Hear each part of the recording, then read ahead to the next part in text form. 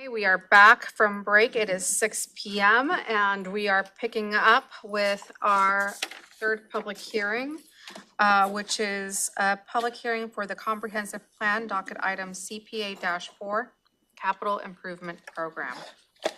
And so I will pass this to Nicole and Yes. then we'll pick it up from there. Thank you, Commissioner. Nicole Martinez, Budget and Fiscal Manager. We're going to pick up in the public hearings for the 24-25 budget developments with the capital improvement program and the capital budget. I do believe, though, before we start, that Andrew would speak to the capital program, and he is the on the CIP, line. and he is on the Zoom, so you should probably stop sharing. There you go, and let Andrew do this. I'll just start right then. Yep. Good evening, Commissioners. Andrew Baum with Community Planning. Tonight's public hearing is on the 2024 to 2029 Capital Improvement Program and is aligned with the budget's public hearings. The 2024 to 2029 CIP is also known as Appendix G of the Thurston County Comprehensive Plan. It is a 6-year financial plan for capital projects needed to maintain important infrastructure and level of service as the community grows. The CIP is updated annually and fulfills the capital facilities planning requirement of the Growth Management Act. Funding sources, project costs, and project descriptions are included in the CIP. Capital projects include transportation facilities, sewer and water infrastructure, solid waste and stormwater facilities, parks and trails, and county buildings. Planned capital facility projects from schools, fire districts, and other special purpose districts are reported in the CIP as well. The CIP is not a budget, but a plan for future action. Project costs and funding sources are aligned with the county budget. The Planning Commission reviewed this item at a work session on August 16th. A public hearing was held with the Planning Commission on September 20th to accept public comment. Following the public hearing, the Planning Commission voted 7-0 to recommend approval of the 2024 to 2029 Capital Improvement Program. The board was briefed on July 17th, where department staff reviewed individual projects in more detail. Staff returned on October 18th, where the Planning Commission recommendation was provided to the board. And on October 31st, the board set a public hearing for tonight. A 60-day notice of the proposed adoption was provided to the Washington State Department of Commerce on September 22nd. Also on September 22nd, a SEPA determination of non-significance was issued on this proposal. No comments were received. On November 3rd, a legal notice was issued for tonight's public hearing, as well as a web mailer to interested parties, and the community planning webpage was updated. On November 22nd, a press release was issued. The board is scheduled to take final action on the CIP on December 15th, aligned with the budget amendments. Thank you, and I'm available for questions as well as numerous staff from county departments. Thank you, Andrew. So I'm going to pick up with the number portion of the capital improvement program and then get into the capital budget itself. So we'll pull up that slide.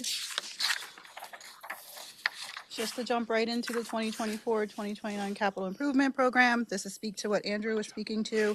The capital improvement program is a 6-year financing plan showing the funding sources and expected cost of each capital facility. The CIP is a planning document. It is not a budget for expenditures, nor a guarantee that the projects will be implemented.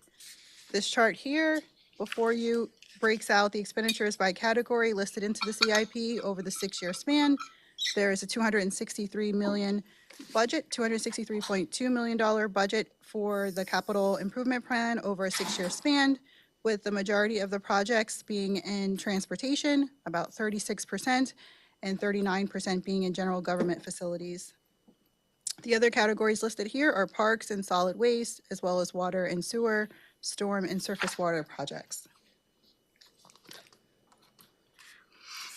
This next slide here depicts the sources by revenue off of the capital improvement program. The majority of the revenue sources come from bonds and future issuance of bonds at 21.9%. We can also see that the next line here is in grants. About 17% of the capital improvement plan will be funded using grants. And then we get into road funds and real estate exercise tax. So now into the capital budget. The 2024-2025 capital budget includes capital projects that are listed in the capital improvement program. The biennial budget is $140.8 million with $84.1 million in 2024 and $56.7 million in 2025.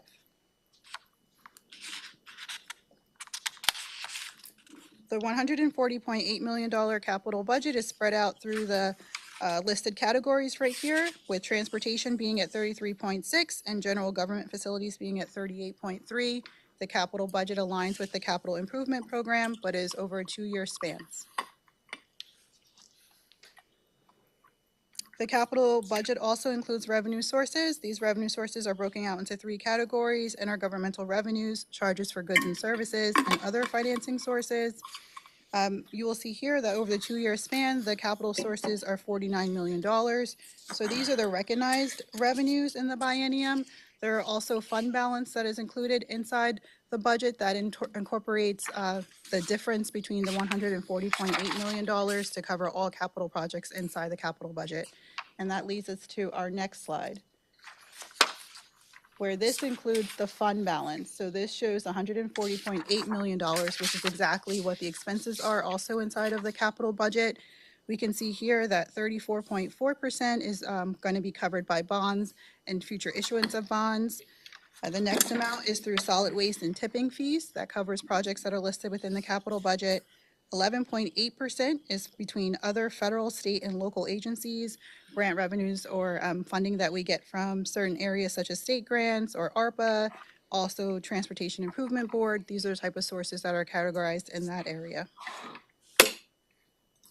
Okay. So now I'm going to jump to some highlights in the capital budget off the 2024-2025 budget. We have 2 main departments, Public Works and Central Services, that houses and takes care of most of our capital projects. And listed here are just a few of those major ones.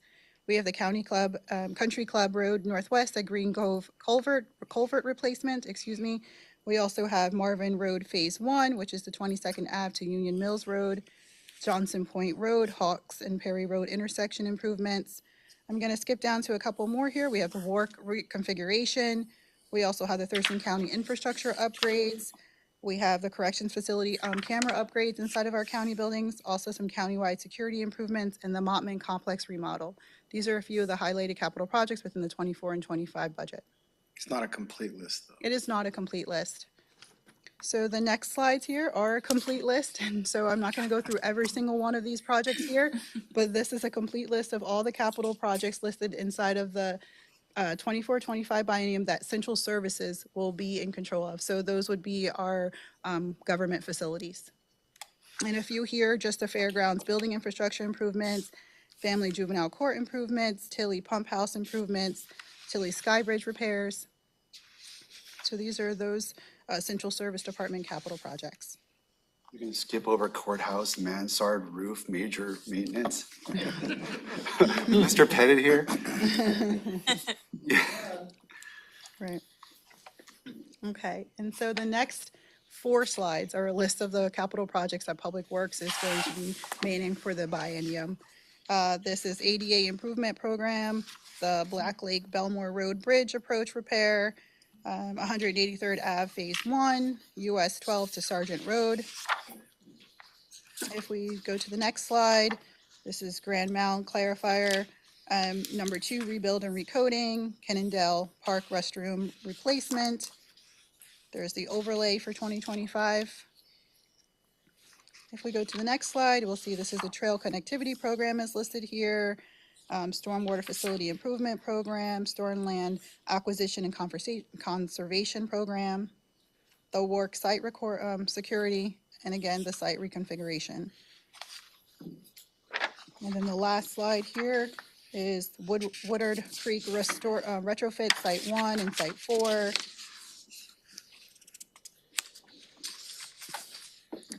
And I know that is very quick, but that is our capital improvement program as well as the capital budget for 24 and 25. If you have any questions, Thank you. thank you. Questions? No questions. Okay. That's a lot of public works projects. Holy cow. It's great. Okay, so we'll go ahead and open it up for public comment. And the guidelines are, please introduce yourself, including the address you reside in the county, and you will have 5 minutes. Mr. Pettit? Thank you, commissioners. My public comments, mansard roof, oh my goodness. The topic of mansard roof, for the new commissioners don't know, is this has been in the irritation for the last 5, 6, 8 years, okay? It's always talked about, it's never done anything about.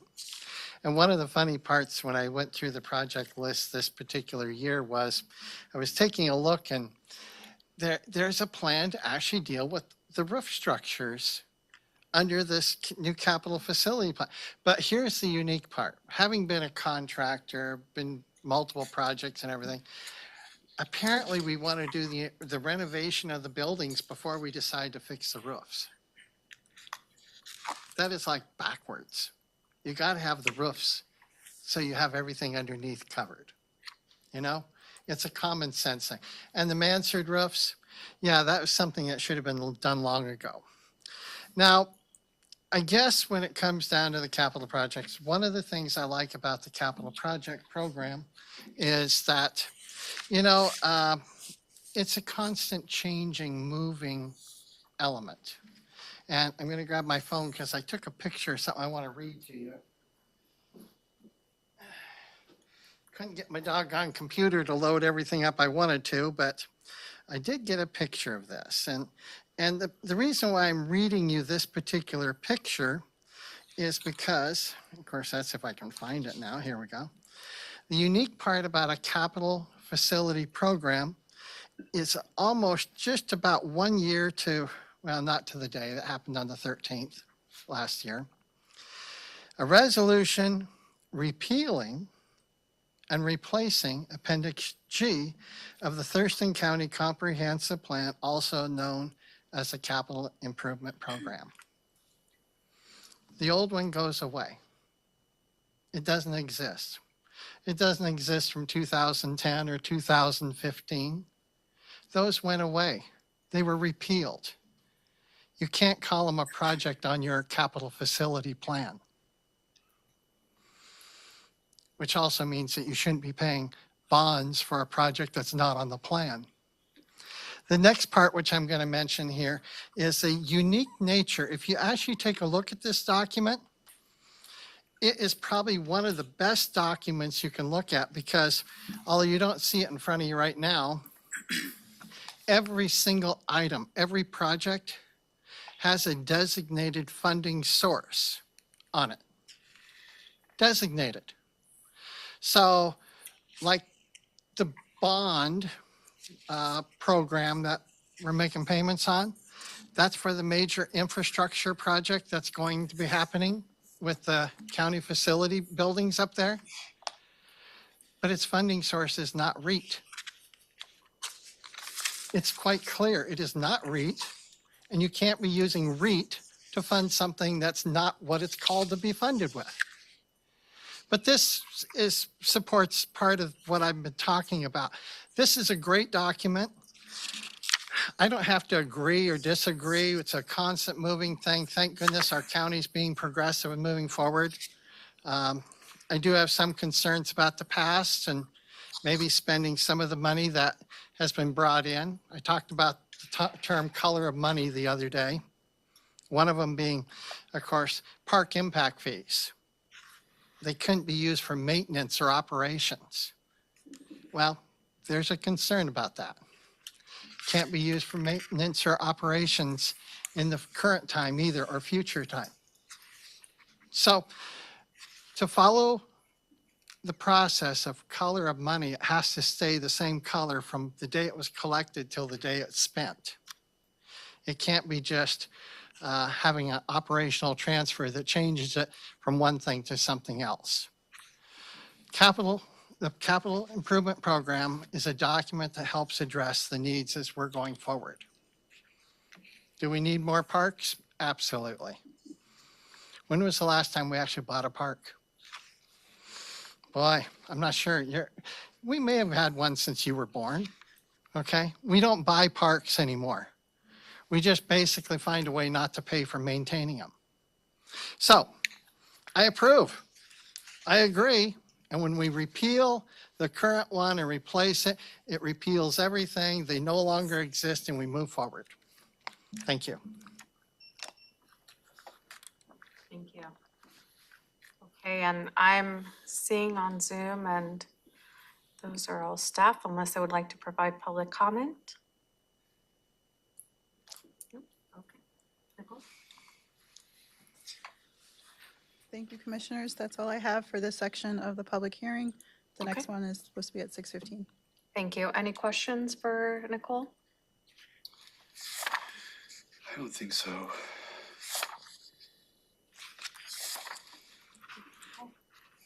Okay, so it is 6:15, so we'll go ahead and just move into the next one then. So this next public hearing is a public hearing for the 2024 through 2025 Biennium budget, and this is open public testimony, but Nicole will be going over some different aspects of budget, so pass Thank you, it straight back to you. Thank you, Commissioner. To start this section of the public hearing, I'm going to do an economic outlook, a budget overview, and then I'll be able to break for any questions. So the first slide here is just looking at some of the economic factors that are impacting the budget development. The first bullet here is that property tax. Property tax increases, the limit is just on 1% of growth. And also that the assessor reported that the new construction in 2024 was at 915 million, and that's 60 million more than last year, which is roughly 7%. And this is important looking at this economic factor when building the budget, to look at property tax. Property tax is our number one revenue source in our general fund, the second being sales tax. So taking these two first bullets here into consideration looks at the revenues that the county will have to be able to fund some of the sources or activities that it performs. The next bullet here is growth in sales tax revenue in Thurston County is at 2.36% year to date. This growth is compared over October 2023 to October 2022. Also, that the population in Thurston County is at a little over 300,000, excuse me. That's about 1% growth compared to last year. And then also looking at our home prices. So I'm looking in Olympia, we see that the home prices are up 10.3% compared to last year, and that the average home on the market is at 15 days on the market compared to 17 days. That looks like a positive, but however, we see that the home sales are actually down 25.7% from last year. And this information was gathered from Redfin. We also look at the unemployment rate. So in September 2023, the unemployment rate in Thurston County is at 3.5% and the state is at 3.6%.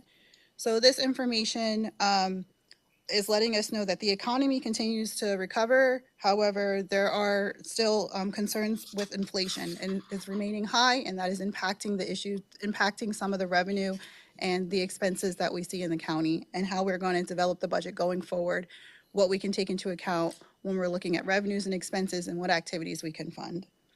Based off of the Washington State Economic State Forecast Council in September, they noted that the real consumer spending growth is expected to slow further this year as the Federal Reserve tightens its monetary policy to combat inflation, that the Washington State Economic Forecast Council further indicates that the fiscal stimulus measures are no longer giving a boost to consumers, and that consumers experience real income declines due to high inflation last year. So these are economic impacts that we look at when we're developing the budget for the county. So the next slide here is to look at property population based off of inflation. So looking at property tax revenues, they make up about 40% of the county's general fund revenues. Constraints on property tax revenue collections impede the county's ability to address rising costs. Property tax is constrained by the overall limits on the regular levy rate and the limit on annual levy increases. So state law limits annual property tax revenue growth by 1% with two exceptions.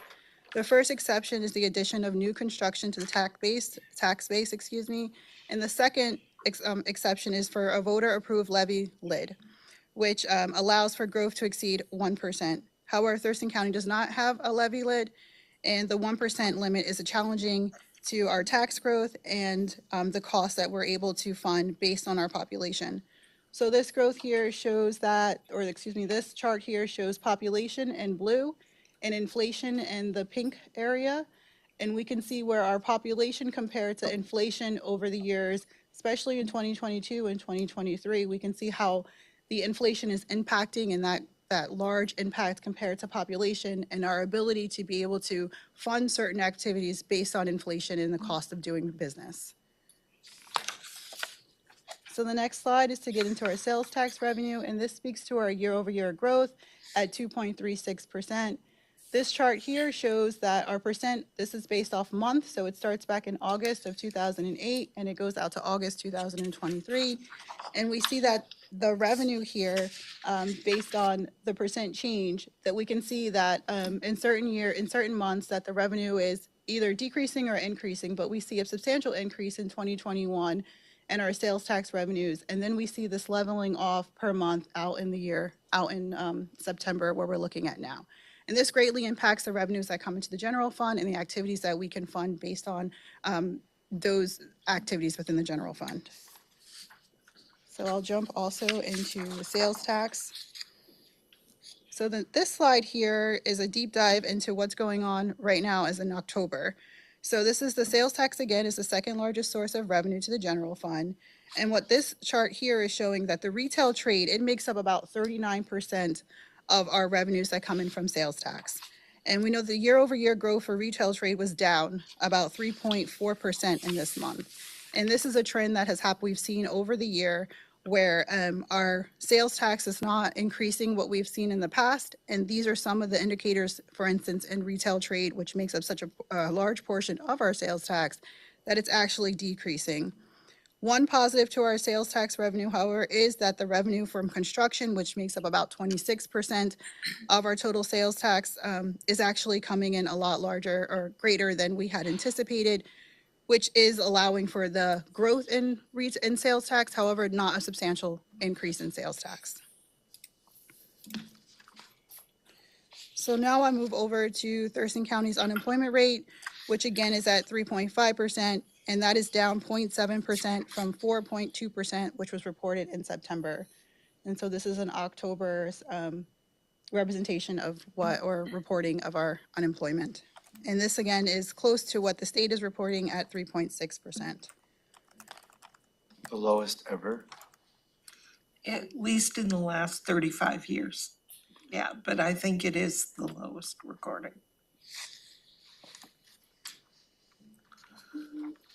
Okay. So the preliminary budget was developed around two key priorities: commitment to our employees and fiscal sustainability. The preliminary budget reflects a responsible approach to addressing employee compensation while implementing measures that provide for long-term fiscal strength. So this is looking at our budget in context. While preparing the 24 and 25 biennium budget, it required balancing some critical priorities. These priorities included cost pressures triggered by high inflation, financial pressures to provide services within limited revenues, recruitment and retention, as well as staffing issues such as higher level duties and responsibilities in certain job classes. And also the cost of living adjustments for our current employees. So this was our number one priority when looking at developing the budget. To meet these needs, to be able to balance the needs that were needed, we looked at streamlining programs and services, identifying savings, leveraging non-general fund resources, and implementing cuts. So some of the highlights in the budget include a 5% COLA increase for deputies, corrections, and captains, a 3.5% COLA increase for all remaining staff, investments in law and justice with the passing of the public safety sales tax, as well as investments in public health and in healthy lakes. We also addressed election security within the budget and purchasing and staffing an 8th medic unit. The budget includes funding for construction of pre-designed studies for water, sewer, stormwater, and transportation projects, as well as consolidation of the sewer and water utilities. The budget includes pilot programs such as the Thurston County Core Alternative Program, and also addressing grant opportunities for the county while including a federal lobbyist to our, one-time funding for a federal lobbyist to assist with grant opportunities. The budget also includes a road levy shift of about $2.4 million to balance the general fund, an increase in a 4.5 reduction in the general fund, $4.5 million reduction in the general fund. So the 2024-2025 biennium operating budget includes a total of $927.5 million in identified expenses, and the operating budget includes all countywide expenditures associated with daily operations for the county. The capital budget is $140.8 million. And this slide shows the combined operating capital budgets for 24 and 25, including revenue and expenditures by the various fund types. The next slide breaks out the operating expenses by all funds. It breaks it out by the strategic area.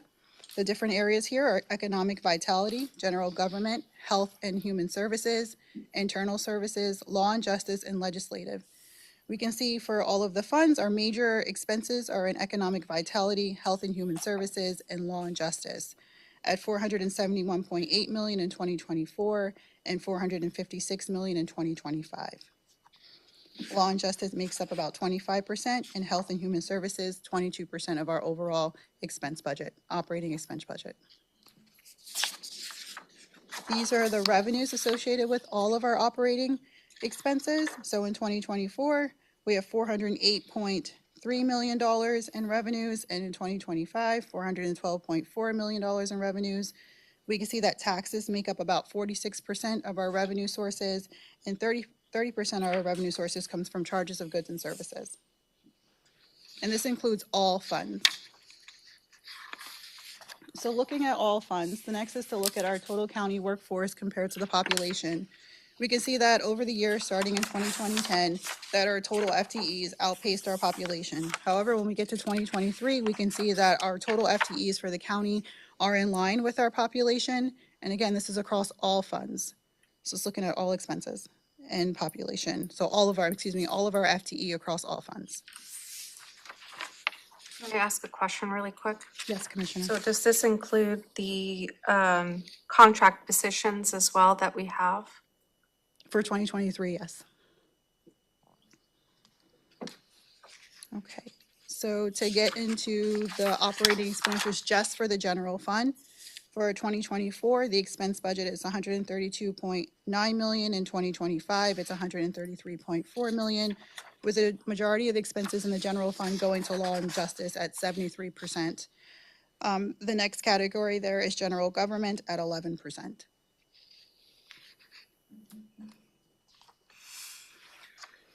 The next slide breaks out the revenue sources that are within the general fund. Taxes make up about $83.6 million of the $123.3 million recorded in 2024. So taxes make up 69% of our general fund. So that is your property tax and your sales tax. In 2025, $119.8 or almost $120 million in revenues.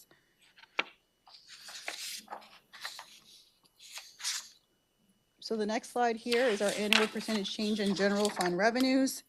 So I'd like to look at this slide, and it tells us a lot as far as what our revenues are doing and where the growth is. So in 2029, we can see that we had a negative growth, and this was during the recession, so that speaks to what's going on in our general fund. And then we look at 2011, we see a recovery, so we see that the change there is a positive change. When we go further out to 2018, this is when we had a lot of construction sales tax. We had a lot of growth in that area that equated for this huge increase in general fund. And then also in 2020 and 2021, in 2020 is where we got a lot of COVID money and also the change in destination sales tax. So we saw revenues change in our general fund because of that. When we get to 2021, we see a decrease in our revenues. And then we get into 2022, we see that it is flat. So this is speaking to the point that our revenues within our general fund, they're leveling out. The growth, we do not see a huge change in our general fund revenues from what happened in 2022. So this is just showing a leveling of our revenue and what is happening in the general fund as far as what is available to fund our activities. And Nicole, do you think that if we should extend this out into 23, 24, and 25, what would that trend look like? Yes, thank you for asking that question. So if we were to extend this out into 23, 24, and 25, we would see the same flat in 2022, where that increase in revenues is not high at all. It is very flat. So our revenues are not increasing in our general fund. We would see the percent change nearly the same in 2022 if I was to lay those numbers into this graph with the ones I just showed in the previous slide. So next slide is our general fund. This is budgeted expenses versus actual expenses. So I'm just going to jump right to 2022. So it's saying that we budgeted $124 million, but our actual expenses are at $114 million.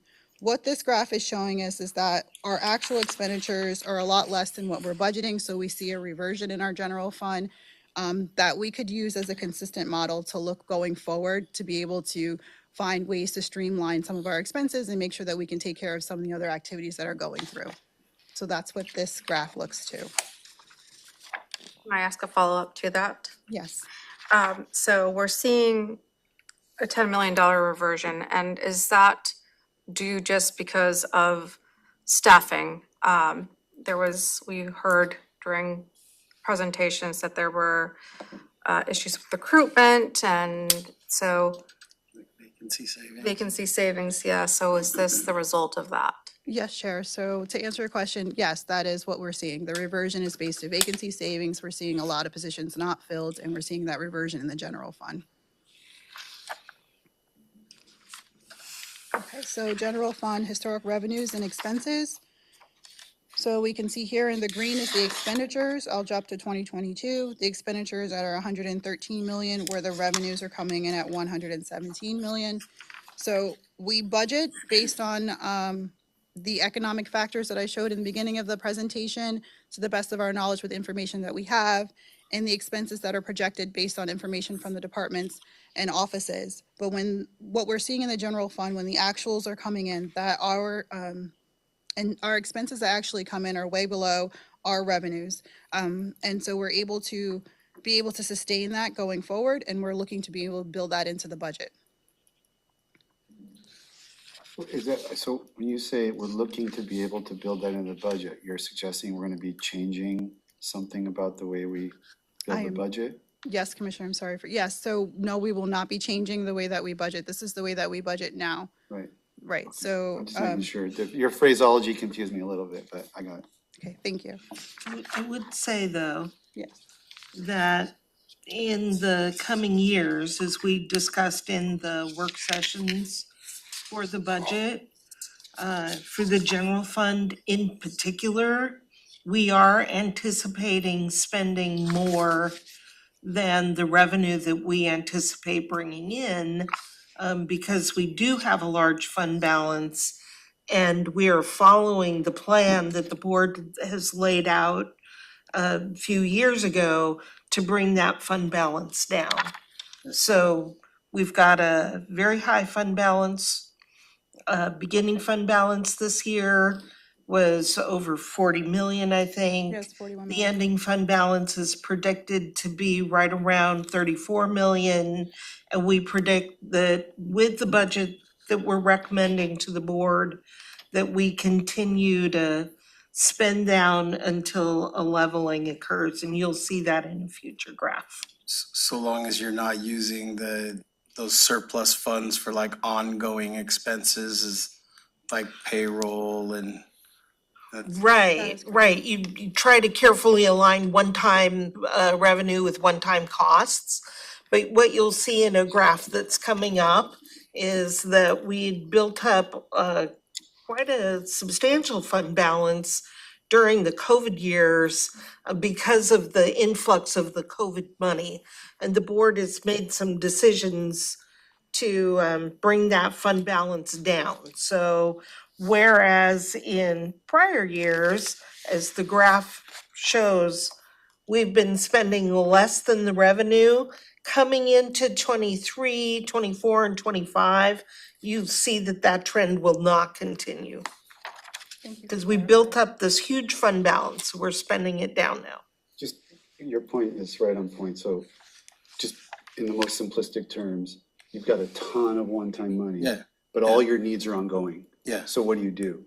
You can't use that, spend- you use that one-time money for capital Well, you expenses do to that, I mean- repair the mansard roofs and. Yeah, you do that as much as you can, but then we also like you can spend some of it, but you're gonna see a precipitous then Yeah. spend down, and then it'll even out, and it's way less than what you'd like to do, because you'd like to match your needs to the revenue source, but that just wasn't the situation we were in, so. You're just playing a dangerous game when you're predicting revenue to increase and you're using one-time funds. Yeah, so we and were then it- very, so there is a plan to spend it down, but it was a very, we tried to be thoughtful about it, because you knew that you weren't gonna be able to just, start spending it on all these new programs and FTEs, and that couldn't be sustained, so it was a balancing act Yeah, because of that mismatch. and government doesn't exist to hoard money. Right, We only take the money we need and we Right. should be using And the it. law says we can't do that, so Yeah. we had to, whether we wanted to or not, we were basically at a point where we had to Put it to work. put a spend down plan in place, because there's a cap. We were starting to get, I never thought I'd have to know what the cap was. Yeah. But We had to know what that we were was. starting to get close to the cap, so we had to have a plan to spend it down. Yeah. But still maintain a reasonable fund balance. So let's go ahead and jump to that slide. So if you can go just one more. So this is the, what I believe we're speaking to is that projected fund balance. So this wonderful chart here is courtesy of our interim county manager, Robin Campbell. She puts this together for us. And so what we can see in the bright yellow is 24 and 25. And then the red line is the total expenses, the dotted line there. The green is the revenue. And so what we have are this blue line here, which is your targeted fund balance. And then you have your cash flow line, which is like more of a dark blue, black line there.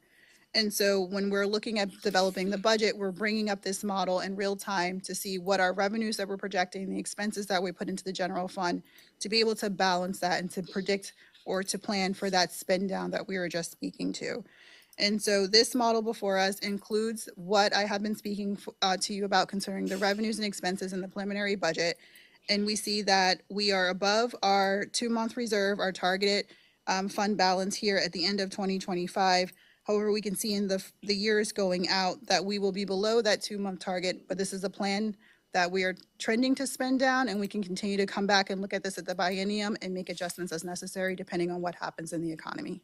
We were perfectly aligned as of like late spring Yes. with the long-term forecast meeting the fund balance target. And then as we started over the summer to get the reduced revenue projections, we started to see the gap. Right. And the gap, without the kind of summary that Nicole led off with, which was the increase, the road fund shift and Right. the $4.5 million. Yep, $4.5 cut, million you in would general have fund seen cut. This looked catastrophic as through some of It the was upside scenarios down. that we played through. Right. But we were trying to, put it to where, a place where, as you can see in the yellow, which is the biennium we're building now, we're fine. And we really don't know, those hatched lines are the future. And we That's don't know exactly what's gonna happen there. With conservative estimates, that's what it's gonna look like. That is If correct. things turn out better, it'll be better, and if it's worse, it'll be worse. But, we could sort of live with that. That's as good as we could get in terms of balancing all of the shortfall we had with the revenue projection, with trying to have a responsible long-term forecast. And so that's kind of where we're at. Yes, Commissioner, I would agree that this look that we have here was definitely developed with a lot of attention to the different expenses that needed to come through for the county, and being able that we can manage a look like this where we are continuing to see an increase, and we'll see above the line in 24 and 25, and then a really thoughtful way of spending down the fund balance, with still being able to take into account the expenses and activities that we have to support within the biennium. And we will have the opportunity during the midterm to come back and look at this and adjust based on the economy. You can see from this graph, before you go off of it, 2017 and 18, the 2 years before I joined the board, the county was sort of, very close to cash flow line, and it was, that huge increase was, as Robin said, had a lot to do with federal relief money, and I'm not claiming any credit for I that, but thought it you were was gonna, I it thought you was were a gonna pull concern. that off for No. you. But it was a concern of mine to not operate at the cash flow line. Yeah, And try to get up to that blue, the whole reason the blue line starts in 2020 is because we didn't target for that blue line until then. So I kind of, wanted to see us shooting for that when we do our budgeting. We're not there right now, but because we didn't expect this revenue downturn, but that's what we're shooting for versus it seemed like before they were more shooting for the black line, and that made me very Yes. uncomfortable. Yes, thank you. Okay. So then I'll move over to the capital expenditures. So the capital expenditures for 2024 are at $84 million, and in 2025, 63.4. This is a total of $140.8 million in capital expenses. They're broken out into two categories: economic vitality, internal services. Mostly that's public works and central services. And so these are the revenues that are recognized within the biennium at $34.6 million in 2024 and $14.4 million in 2025.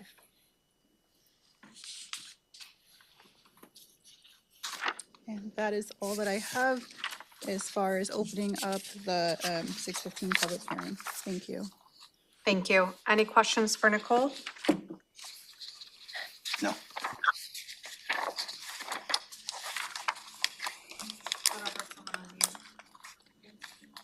Stop sharing the screen.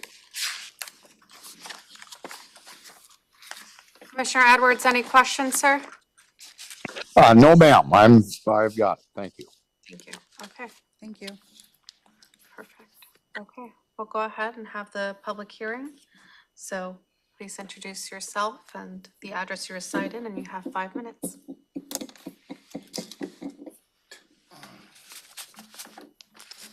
Good afternoon, or excuse me, good evening, commissioners. I'm so glad I wouldn't be a brand new commissioner. Less than a week into this process, you're supposed to be making decisions, $400-500 million.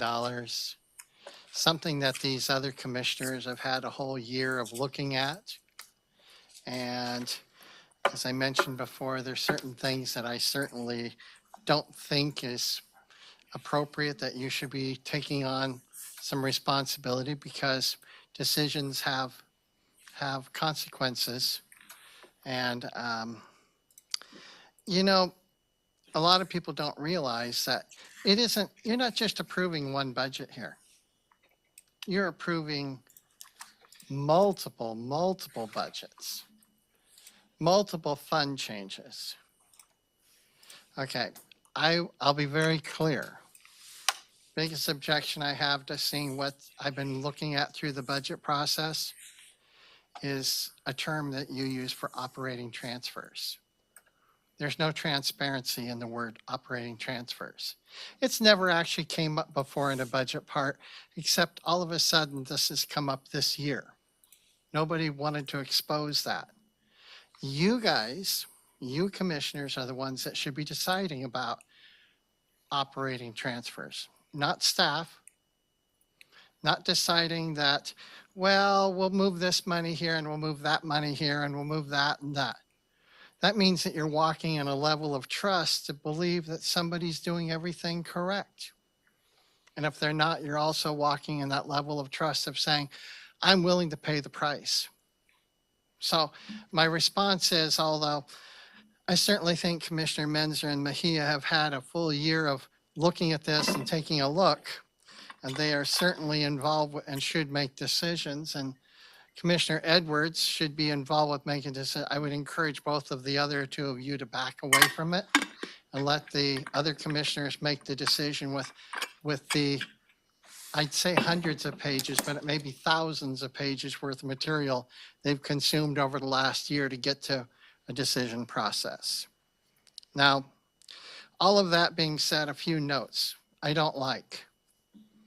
I don't like the overtone of now we're going to increase the amount of money we take away from the road fund Those are all the people out in the unincorporated area. We're going to take money away from the taxes that they have for that purpose and move it over for general fund purpose.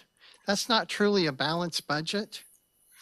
What that is that's a budget that becomes balanced by taking money away from something that the maintenance is still going to be needed.